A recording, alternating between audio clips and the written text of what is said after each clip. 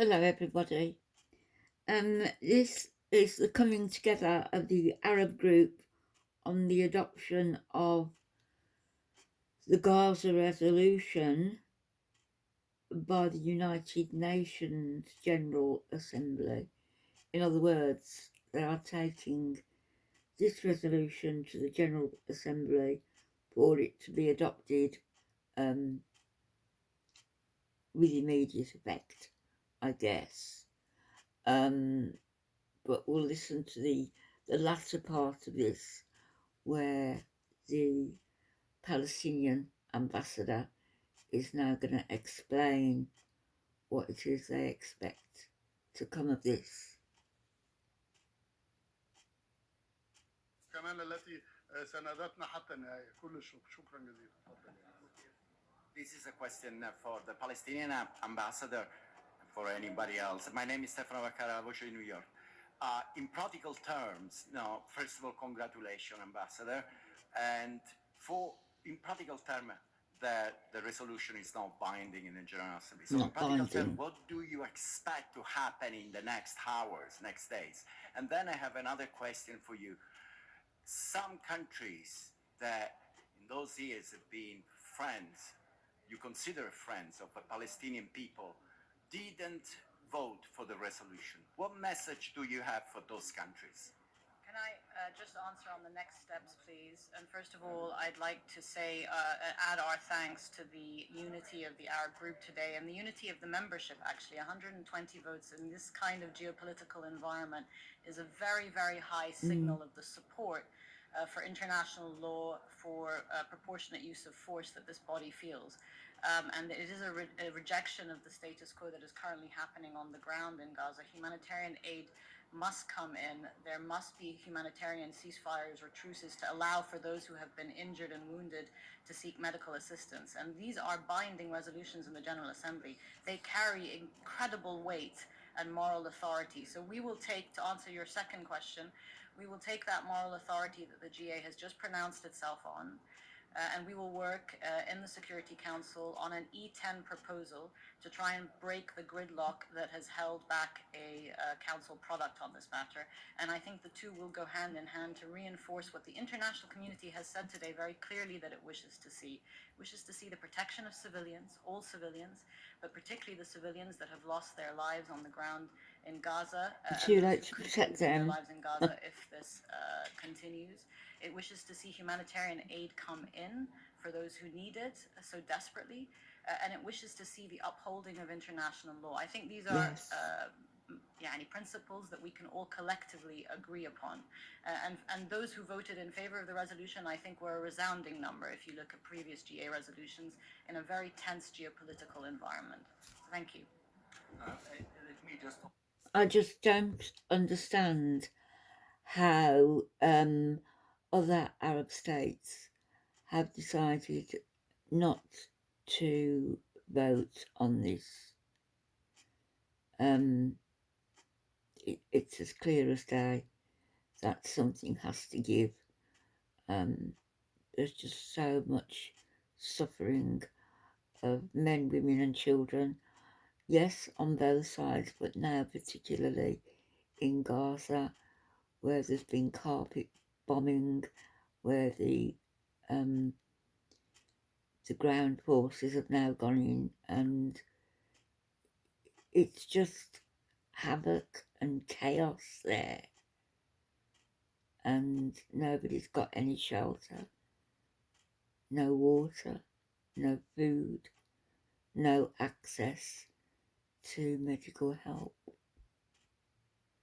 It's just a complete mess.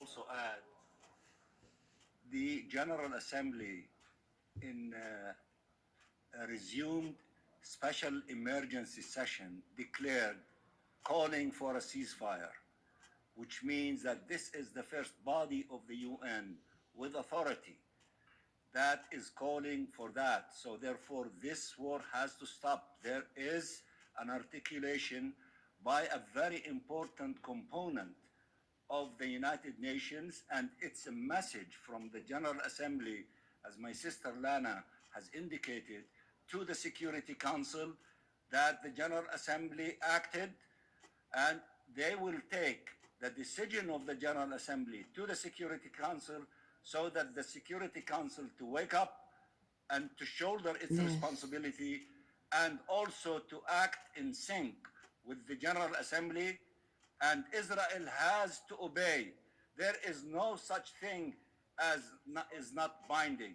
Israel Whatever thinks it's we above the decide law. in the international community, whether in the Security Council or in the General Assembly in general, or in the form of a resumed emergency session, should be binding, and it is our collective duty not to accept this continuous rebellions by a member state in refusing to honor and respect the decisions in accordance with the Charter of the United Nations. So we have tools in our hand. Today, the General Assembly declared that a call, stop the war and stop it now, send the humanitarian assistance now at scale, and also stop the ethnic cleansing and the killing, and protect the Palestinians, protect the civilians. All these things were contained in this General Assembly resolution. Therefore, we will take it. The Security Council has to take it in order to maximize the political pressure on Israel to stop this war and to save Palestinian civilians, including children and women and the elderly, from dying as a result of this war. And let me also add, we are grateful for a large number of Europeans who did not vote in favor of adding the amendment, which failed. There were a total of 14 significant countries that voted in favor of that amendment. A large number of them from the Pacific Islands. The great majority of European countries either voted in favor or abstained, and we are beginning to see what we wanted to accomplish, that the Europeans beginning to look at the situation from a Abstentions are humanitarian carried. angle, and that They're would not be doing the right very thing. helpful, whether in the Security Council or in maximizing pressure in Israel to stop this war.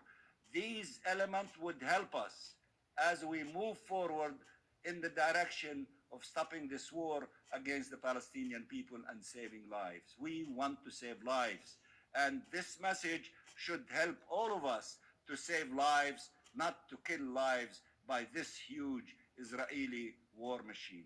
And, you know, we will assess and evaluate as a group and with our friends, not only from the OIC, our brothers and sisters, but also from other groups, from the Europeans as well, that we will not accept that this war to continue and the killing of the Palestinian people to continue. We are today, after the voting, in a better position than before the voting, that would allow us to get closer to succeeding in stopping this war, and then begin to think of the day after, to think of justice, to think of fairness, to think of a political horizon, to think of ending the occupation and allowing the two-state solution to become a reality. Two-state solutions, the only All these things are important, and I think we want to thank you so much. And also, it is great that you appreciated what we did in the draft resolution regarding journalists. Let us not forget Shireen Abu Akleh, and we will not forget what happened to our brother, you know, who lost his family from Al Jazeera, Wael al-Dahdouh, and all journalists. We honor them, we remember them, and we appreciate your work. And we will keep you informed as things move forward. Thank you very much, and bye-bye. Pardon me. Israel started bombarding during the session. Oh. Well, that's it. So let's hope it's the beginning of the end. Personally, well, we'll see, won't we?